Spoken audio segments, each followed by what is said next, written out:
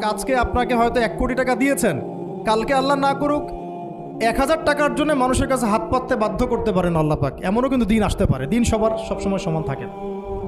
আজকে আপনার কাছে 1 কোটি টাকা আছে, কিছু মনে হচ্ছে না। কালকে কে জানে, আল্লাহ না করুক, যে 1000 টাকা কারো কাছে চাইতে হচ্ছে, 1000 টাকার জন্য ঠেকে গেছেন, হতে পারে না? তো রিজিককে মানুষ তাজিম না করলে রিজিক দূরে চলে যায়। দুটো বিষয় খেয়াল রাখবেন, দুটো বিষয়। এক হচ্ছে মাঝে মাঝে মনের মধ্যে কিছু আমল করার ইচ্ছা আসে না? মনে হলো যে আচ্ছা একটু 10টা আয়াত পড়ি, মনে আসে না মাঝে মাঝে? এমন মনে হয় না? ওই সময় এই যে মনের মধ্যে যে এই ইরাদাটা জাগ্রত হওয়া, এটাকে আমরা বলি ওয়ারিদ। অন্য ভাষায় আপনি বলতে পারেন মেহমান। কি বলতে পারেন? এটা আল্লাহর পক্ষ থেকে আপনার কলবের মধ্যে মেহমান হিসেবে এসেছে। এখন আপনি যদি আমলটা করেন, সেই মেহমান বারবার আপনার কলবে আসবে।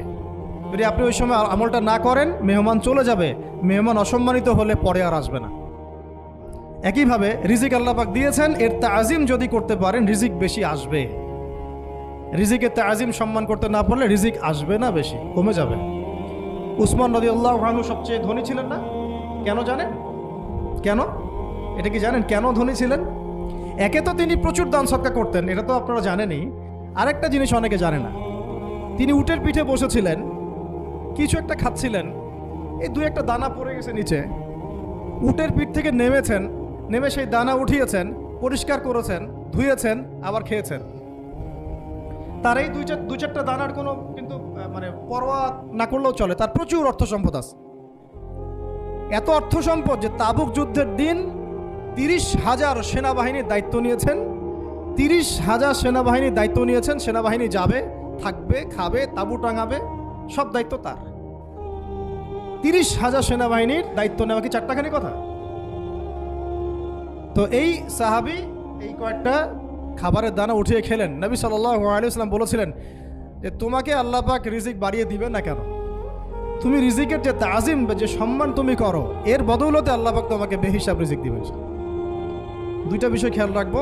আমলের মেহমান হৃদয়ের মধ্যে আসলে তাকে ফিরায় না দেওয়া, তাহলে সেই মেহমান কিন্তু আর আসবে না। মেহমানকে মূল্যায়ন করলে মেহমান বারবার আসবে ইনশাআল্লাহ। আর রিজিকের তাজিম না করলে রিজিক কিন্তু আপনার ঘরে বেশি বেশি আসবে না। এমনি তো হারামের যুগ, এমনি সুদের যুগ, এমনি ঘুষের যুগ। অলমোস্ট এভরি ফ্যামিলি সুদখোর এখন, অলমোস্ট এভরি ফ্যামিলি।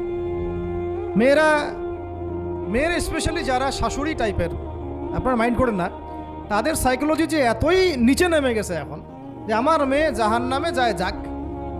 হ্যাঁ, আমার মেয়ে জাহান্নামে যায় যাক, সমস্যা নাই, দুনিয়াতে সে যেন ভালো থাকে। এটা কেন বললাম?